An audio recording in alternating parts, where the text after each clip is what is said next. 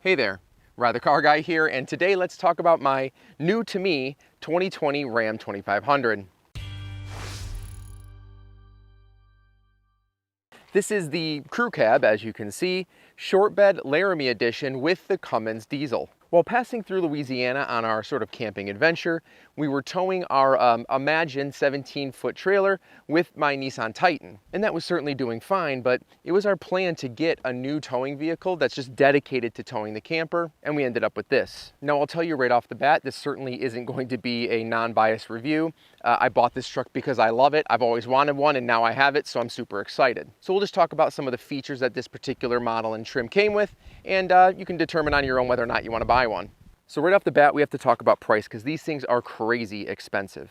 In November of 2020, this thing was sold for a whopping $71,000. 70,000 miles, and 2 years later, in September of 2022, I paid an embarrassingly high $60,000 for it. Unfortunately, we're still in a time where, for instance, if you want a brand new F250 or 350, you better get in line right when the order's open, order it, and then wait a year for it to show up. Lack of supply is driving prices of used trucks absolutely to the sky, but I wanted it now, so we decided to pull the trigger. So what do we get for our $60,000 truck in 2022? Well, let's take a look. First of all, you get what, at least in my opinion, is the most attractive heavy-duty consumer truck available on the market today. I think Ram is absolutely crushing it with the design. It doesn't look like an absolutely massive truck until you go stand up next to it, and my head barely gets past the side mirrors. They're still using kind of a sporty, rounded edge, if you will, where most of the big heavy-duty trucks nowadays are just one completely sheer front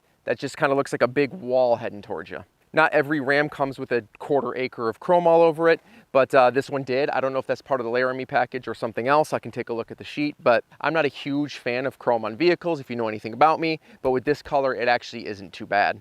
They don't put much work into hiding all the sensors. They just sort of protrude all over the front and rear. The camera on the front is a little discreet. The ones on the side are not. They look like little, I don't know, tumors hanging off of the mirrors, but the ones in the rear aren't bad either.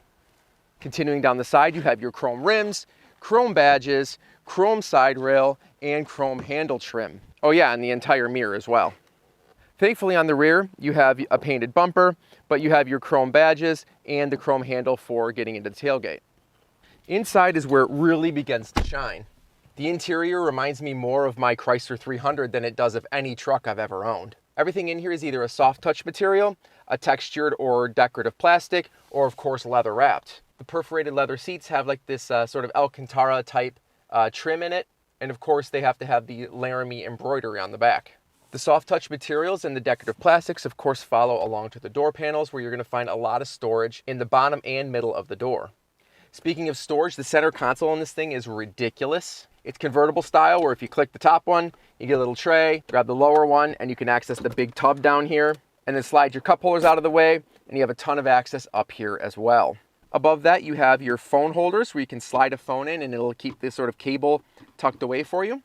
In this storage area, you get a 115 volt like standard outlet, which is really, really cool. And then you get 4 USB ports and an aux port to interact with your phones. Following up your center console, you're going to see auxiliary buttons that are going to kind of change depending on what model you get. In my case, I have exhaust brake, tow haul mode, and then my front and rear sensors I can turn off. If you opt for the smaller screen, this has the 8.4 inch as opposed to the giant sort of Tesla style tablet you could get in this one. But if you get the smaller screen, you get dedicated climate control buttons. That of course is going to have dual climate control, as well as heated and cooled seats and heated steering wheel. At the top, you have one more storage bin where you have a classic sort of cigarette lighter power outlet. For storage on the passenger side, you have 2 glove boxes, one up above, and one honestly pretty small one down below. And don't forget, there's also a USB in the center console tray, so you can tuck your phone away. The latest Uconnect has been great, honestly. It's done everything that I've wanted it or needed it to do. Of course, if you have an Apple device, you're going to have CarPlay, and Android, you'll have the, whatever that's called, Android Auto. A lot of your controls are going to be repeated, so up here you're going to have your heated and cooled seats and heated steering wheel. This does have dedicated navs, so you can use navigation in here if you don't want to plug in your phone. You can also do all your climate controls up here as well. It has the standard fare for media, AM, FM, it has high def radio, and then Sirius XM, and you can do USB keys, all that stuff if you want that as well. It has all the Uconnect apps. You can do a Wi-Fi hotspot, assistance, your user guides are in here, which I actually really like. you click on your user guides, you can actually go see different aspects of the vehicle and how to use it. So for instance, how to do different driving controls. So starting it, how the transmission works, keys. I think that's a lot of fun. You also have SiriusXM Travel Link. You can stay up to date with sports scores, movie listings, that's all fine. But what I really like is weather and fuel prices. So you can have weather warnings come up on here. You can see what it currently is in your area. And you can check out fuel prices so you can see just how sad you're going to be once you get to the pump.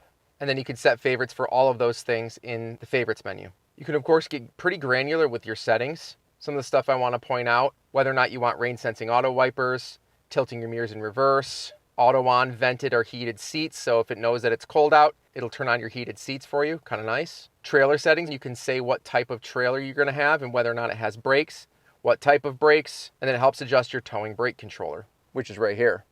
It has a lot of safety settings in here as well. As far as safety is concerned, of course, you have your front and rear sensors like we talked about earlier, but it has a bunch of cameras in it to do a full 360 view for backing up, which is really, really cool. And you can choose what camera you want on the other side. You have cross path in the rear, front cross path, front view, and even a cargo view, which is actually kind of dirty right now.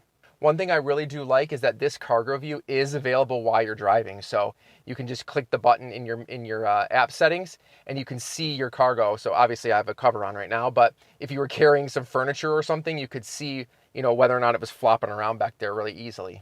You also have a split view for left and right. That's right down the side of the truck from the mirror cameras. The center console is pretty customizable. The only hard gauges you have are your fuel, your DEF, your TAC, and your speed. Everything else in here is customizable. So right now you see we have our current mileage in the upper left, average on the side, range on the other side, and compass in the upper right. Voltage and fuel pressure are down below. You can click up and down on your steering wheel, get through all your different screens here. Trailer towing, that's pretty nice. Tells you how much the brakes are being applied. So even if you hit your manual trailer brake, you'll see that it's being applied. This will tell you your audio. If you have navigation running, in the native navigation, it will show the directions up here, messages, and then screen setup. So of course, this is where you go in to change all your different gauges. For instance, if we wanted to change the compass, we can go in and here's some of our options.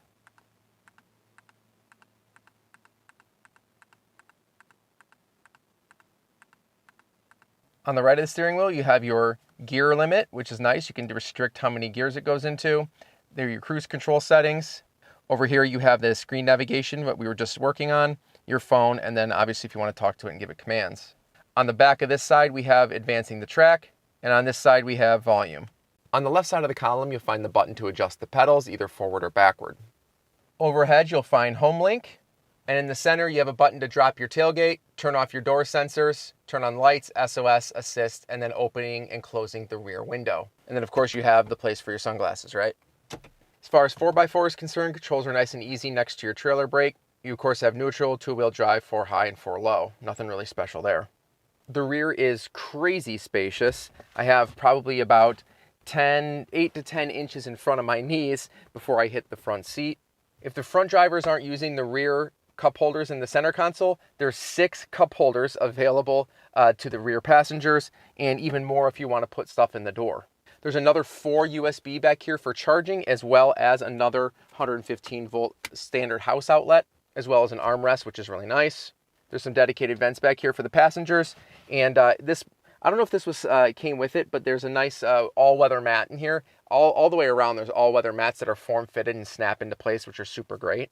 Underneath these floor mats, if you lift them up, they have a little secret compartment. They have it on both sides. You just lift up the mat, and then you can just flip it open. They have like little aftermarket kits too. I've already shopped for these, where you can create a little locking cabinet out of those, which is kind of a fun idea. If you flip these seats up, they have some sort of lay flat cargo areas. So you just have to drop the supports, flip them over, and then you have one giant platform back here to set whatever you want on it. There's storage under that compartment as well. And if you have the sound system with the subwoofer, that will take up the other side. Modern diesels are pretty easy to drive. If it needs time to warm up, it would just literally sit here and say, warming up, waiting to start, and then it would start once it's warm enough. The only other thing you really need to worry about with this particular diesel is its turbo.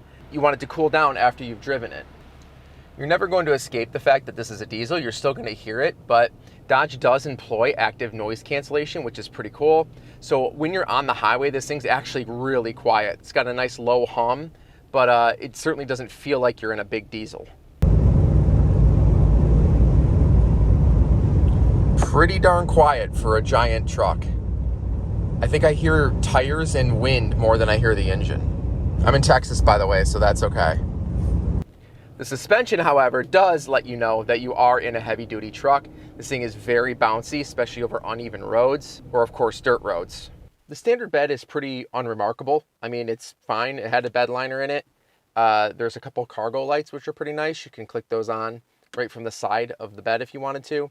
And the tailgate is electronic. That means that you can open it with the key fob, which is kind of fun and could be convenient if you are backing up to a fifth wheel. And that leads me to towing. Thanks to the 6.7 liter Cummins turbo diesel, which is actually an inline 6-cylinder, kind of surprisingly enough, putting out 370 horsepower and 850 foot-pounds of torque, this thing can tow quite a bit of weight. Dodge says it maxes out at around 19,000 pounds, and of course that's going to be like with a gooseneck or fifth wheel. That's certainly not going to be on the standard receiver. Speaking of the receiver, if you are coming from a regular truck, if you will, or a standard duty truck, this is going to be a 2.5-inch receiver, not a 2-inch, so that is something to consider when moving up to a truck like this. And of course it's going to have your 7-pin and your 4-pin right in the bumper. We're currently towing our camper there. That's a little tiny camper. I think that maxes out at 6,000 pounds. I know that seems like overkill, but with proper weight distribution and anti-sway, with this much torque, it really feels like there's nothing behind it when you have a trailer that small. For towing, the mirrors are pretty great. You have a blind spot mirror and your standard mirror, and then you can actually flip it up for tow mode. So check this out. There you go, tow mode activated. It's nice because when you're not towing, you don't want to have these giant funky mirrors on it. You can flip it down and it looks like a normal truck. So it's attractive. It is far overpowered for what I need it for. And it's luxurious enough that it doesn't make me miss the Chrysler 300 that I gave up to get this. Although I may have overpaid for it, honestly, I think it's worth every penny. If you like this video, guys, please scroll down, click that like button, subscribe for more content like this, and we'll see you in the next one.